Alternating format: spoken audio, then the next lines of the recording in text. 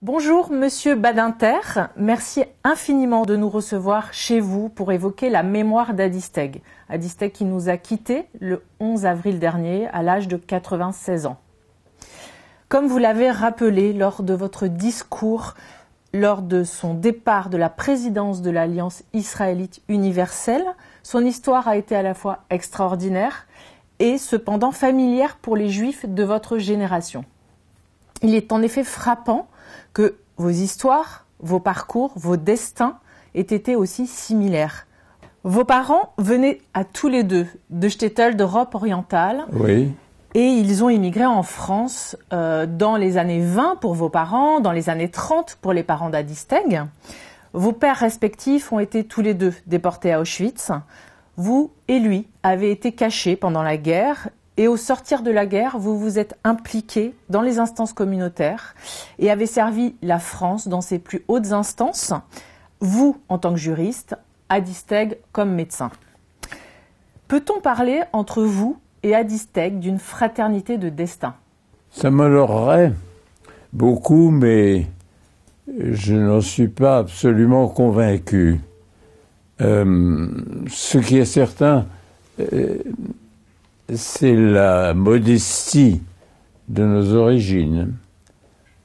Les parents d'Adi Steg n'étaient pas ce qu'on appelle des juifs de cour. Et les miens non plus. Il faut mesurer que, d'ailleurs, dans la France de l'avant-guerre, il y avait plusieurs catégories de juifs, admirablement résumées par un quatrain que je racontais toujours à Adi, quatrain du barde du café Jupiter. Ça se passe avant la guerre dans le faubourg Poissonnière, et qui est ainsi conçu, et dit tout: le petit Yit, marchand de flanelle, va se marier rue des Tournelles. Le négociant en bijoux faux s'adresse à la rue Buffo. L'Israélite plus notoire va rue de la Victoire. Mais les Juifs vraiment comme il faut se marient à Saint-Pierre de Chaillot. Eh bien, c'est exactement ça, le panorama d'avant la guerre. Il y avait de grandes différences de classe entre les Juifs. Disons-le, Hitler a tout nivelé dans la chambre à gaz. La communauté de destin, israélite notoire, ce que devait être ensuite Adi Steg, ou petit marchand de flanelle, tout le monde s'est retrouvé embarqué dans les trains, voué à mourir dans les chambres à gaz et dans les camps de concentration. Et je me souviens très bien, je peux le dire aussi pour Adi Steg, que à partir de la fin de l'occupation, on a cessé entre nous d'utiliser le terme d'Israélite.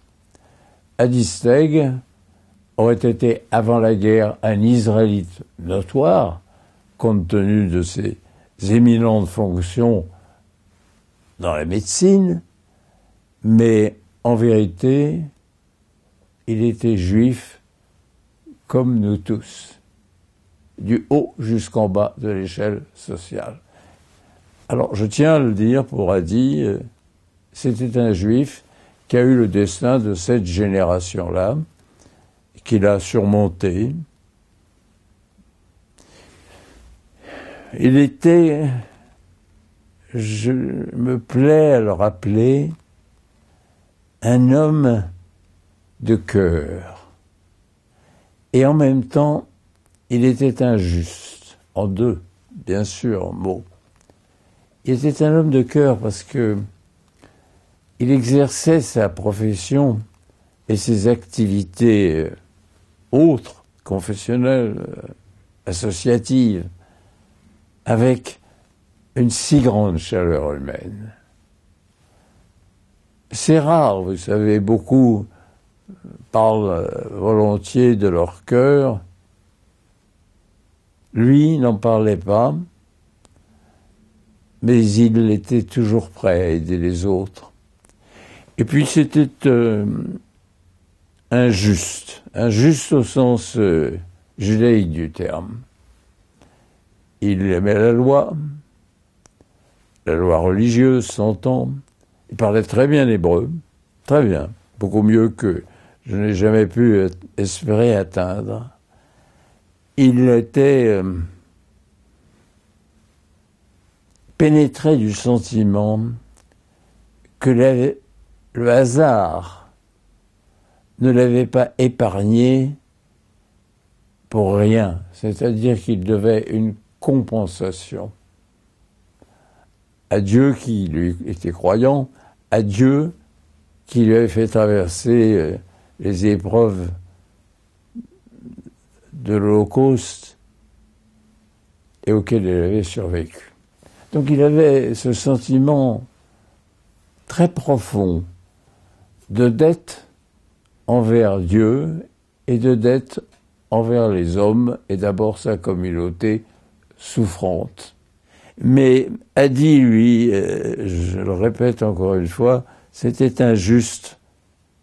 Pourquoi ?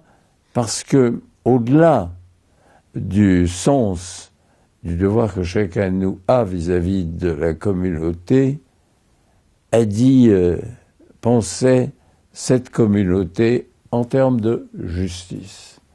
Et c'était pour les moins fortunés, les derniers arrivés, généralement dans un état de pauvreté certain, et disons-le à travers les œuvres sociales aussi bien l'Alliance israélite que le CRIF, que Hadi a toujours tenu une place extrêmement importante. Vous étiez très ami avec Hadi Steg. Oui. Dans quelles Je l'aimais beaucoup, pour dire la vérité. Et lui aussi, je crois. Dans quelles circonstances vous êtes-vous rencontré avec Hadi Steg ? Oh, je pense ça a dû se passer soit dans les organisations juives, soit chez mon beau-père. Marcel Blostein-Blanchet était très ami de Steg. Très. Et c'est quand je me souviens très bien que aux fêtes de Kippour, après la fête, et à l'heure du repas, eh bien, Steg était toujours là, et à la table même de Marcel. Mais, indépendamment de cela, c'était aussi au sein des organisations juives telles qu'elles étaient à cette époque. C'est un homme qui, en général, a donné beaucoup de lui-même aux autres, à sa famille, qu'il aimait tant, à ses amis, à la communauté juive, à sa patrie, qui était la France. Oui, il avait un cœur généreux. Je pourrais presque utiliser l'adjectif innombrable. Votre amitié reposait sur quoi ? Sur cette volonté de justice, de donner aux autres ? Qu'est-ce qui vous rassemblait, vous et Hadi Steg, dans votre amitié ? Je veux dire, oui, c'était une amitié forte et délicate. Ça se manifestait pas d'une façon extérieure par de grandes accolades. Mais c'était comme ça. C'était lui, c'était moi. C'est le propos de Montaigne. À propos de la Boétie, là, c'était lui, c'était moi. On parlait beaucoup de choses. Alors, j'ai beaucoup ressenti la tragédie de la fin de sa vie. Ah oui, beaucoup. Comme vous l'avez évoqué, Hadi Steg était un des derniers représentants de ce qu'on appelle le modèle israélite, le modèle du franco-judaïsme. Oui. Il a traversé un siècle de mutation du judaïsme français. Oui. Est-ce qu'Adisteg se reconnaissait encore dans ce judaïsme français? Il était très juif, très français, comme juif très lié à Israël, par aussi bien ses affinités électives d'enfance que par ce sentiment de fraternité qui doit traverser tous les juifs. Ça ne posait pas de problème. Il ne se demandait pas, comme certains d'entre nous, il ne se demandait pas est-ce qu'il ne faudrait pas aller à Jérusalem. Il allait à Jérusalem, s'y établir non. Il avait ici une très grande fonction hospitalière.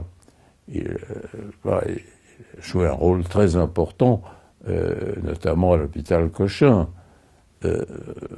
C'était le service quotidien, la lutte contre la maladie et la mort. Donc il était à sa place ici. Il aurait pu être à sa place aussi ailleurs. Mais l'essentiel pour lui, c'était d'avoir une place où il mènerait le bon combat. Alors que ce soit à Jérusalem, à New York, ou que ce soit à Paris, l'essentiel c'est le combat, c'est pas le lieu. Il était de cette génération de juifs infiniment patriotes. Il faut bien mesurer que jusqu'aux années 20,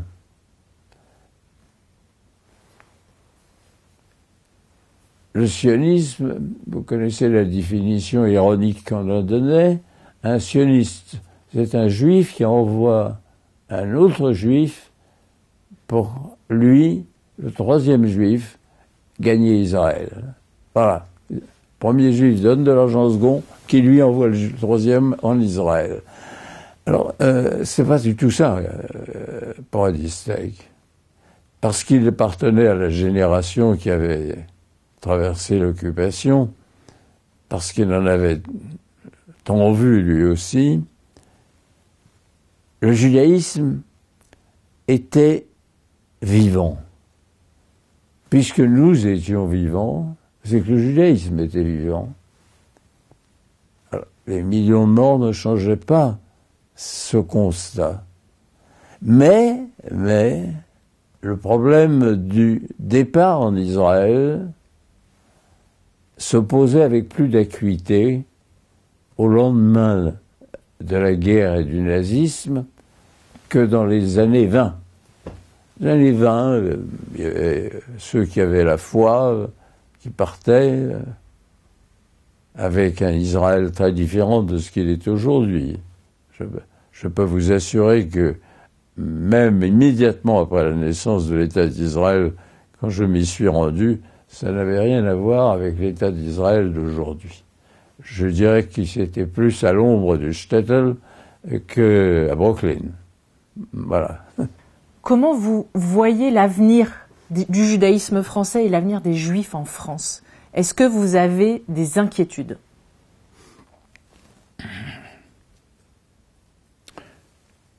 Je pense que s'agissant des Juifs en France, même si, à juste titre, ils s'émeuvent, ils s'indignent, des insultes, parfois des violences, quelquefois même, comme on l'a vu récemment, peuvent aller jusqu'à la mort,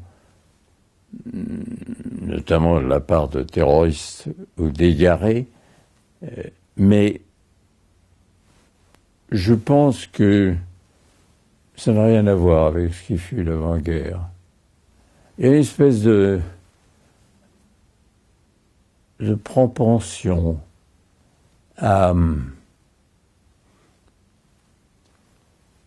qui s'explique parfaitement par le passé, de propension à s'émouvoir précisément à cause de la tragédie qui fut la Shoah et à cause de l'avant-guerre.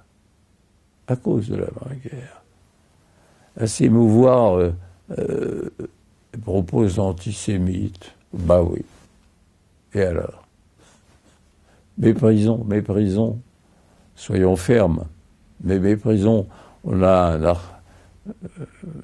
en matière de loi tout ce qu'il faut. Les pouvoirs publics sont très attentifs dans le domaine de la lutte contre l'antisémitisme. Ça n'est pas pour autant que l'antisémitisme a disparu. Mais quand on lit les écrivains d'avant-guerre, parfois de grands écrivains, quand on lit les écrivains juifs et les écrivains antisémites de la période 1800, mettons, du Second Empire jusqu'au Vichy, c'est pas rien. Hein. C'est sans commune mesure. L'antisémitisme n'était pas peu répandu, bien entendu. Alors, moi, j'arrive au terme de mon âge et je me dis, oui, c'est lamentable que ça existe encore, pas surprenant tels que sont les êtres humains, mais bien différent de ce que j'ai connu dans mon enfance, dans ma jeunesse, bien différent. On a vu la semaine dernière, la Cour de cassation a confirmé la décision de l'irresponsabilité pénale du meurtrier de Sarah Halimi. Ça met la communauté juive dans une sorte d'inquiétude et de colère. Est-ce que vous comprenez cette colère de la communauté? Oui, l'inquiétude, non. Le texte, c'est moi, la Cour de cassation, la Chambre criminelle de la Cour de cassation, non, c'est pas là où gît le défaut. La Cour de cassation n'est pas faite pour rejuger les faits. La Cour de cassation est faite pour appliquer le droit. Et dans le cas de crimes commis sous l'empire du stupéfiant ou de l'alcool, il est évident que le texte ne va pas. Ne va pas, je le dis clairement. Pourquoi ne va-t-il pas? Parce que il n'y a aucune raison de ne pas mettre en œuvre, puisque ce sont les dispositions de la loi, aussi cela quand un jeune homme se boit dans une soirée et viole une petite jeune fille. Ah bah oui, il est pas... Et encore, il est peut-être même pas alcoolique, mais il est sous l'emprise de l'alcool. Et alors, je crois que ce serait difficile. Il n'est pas fou. Oui, non, mais la notion de démence, c'est autre chose. C'est autre chose. Le texte vise le cas où le contrôle des actes est perdu. Non, moi je pense sérieusement qu'il y a lieu à révision du texte. Vous savez, vous travaillez sur l'actuel code pénal, je peux vous dire que, à ce propos, s'agissant de la démence comme cause d'irresponsabilité pénale, eh bien on était une dizaine autour de la table, à la chancellerie, je présidais les travaux. C'est là où on a le plus de difficultés. Finalement, on a fait une sous-commission qui a continué à travailler jusque dans les années où c'est venu devant le Parlement. C'est de tous les textes certainement un des plus difficiles. Parce que il faut la volonté. Mais il n'y a plus la volonté. Mais pourquoi n'y a-t-il plus la volonté? Est-ce que c'est sur ce texte-là qu'il faudrait réviser la loi, c'est-à-dire sur... Je ne sais pas, madame. Sur la démence? Je ne sais pas. Je ne participe pas aux travaux du gouvernement, ni à ceux du Parlement. Donc je ne sais pas. Je vois très bien qu'il faut aller vers une révision du texte. et que dire il faut imputer à une volonté sournoise des magistrats de la chambre criminelle, volonté antisémite, ça n'a pas de sens. Quand on les connaît, ça n'a pas de sens. Mais le texte pose problème, ça, il n'y a aucun doute. Et dans d'autres droits, ça a été mieux résolu. Puis la psychiatrie a évolué. Depuis 1994, les choses ont changé dans le domaine psychiatrique. Donc, il faut reprendre la question. Est-ce que, sur Hadisteg, vous voulez encore dire quelque chose pour évoquer sa mémoire? Oui, je voudrais dire ceci. Chez les Juifs, il y a une sorte de continuité historique qui est que les enfants doivent s'inspirer de l'exemple des parents, ce qui veut dire que les parents doivent constamment penser qu'ils sont des exemples pour les enfants. Et dans le cas de Hadisteg, il a parfaitement assumé ce très grand rôle-là aussi. Je tiens à le dire, en hommage à toute la famille Steg. Mais la leçon qu'il nous a donnée à cet égard, elle devrait être plus généralement méditée, comprise et mise en œuvre dans la communauté juive comme dans les autres. Merci, Monsieur Badinter. Merci infiniment.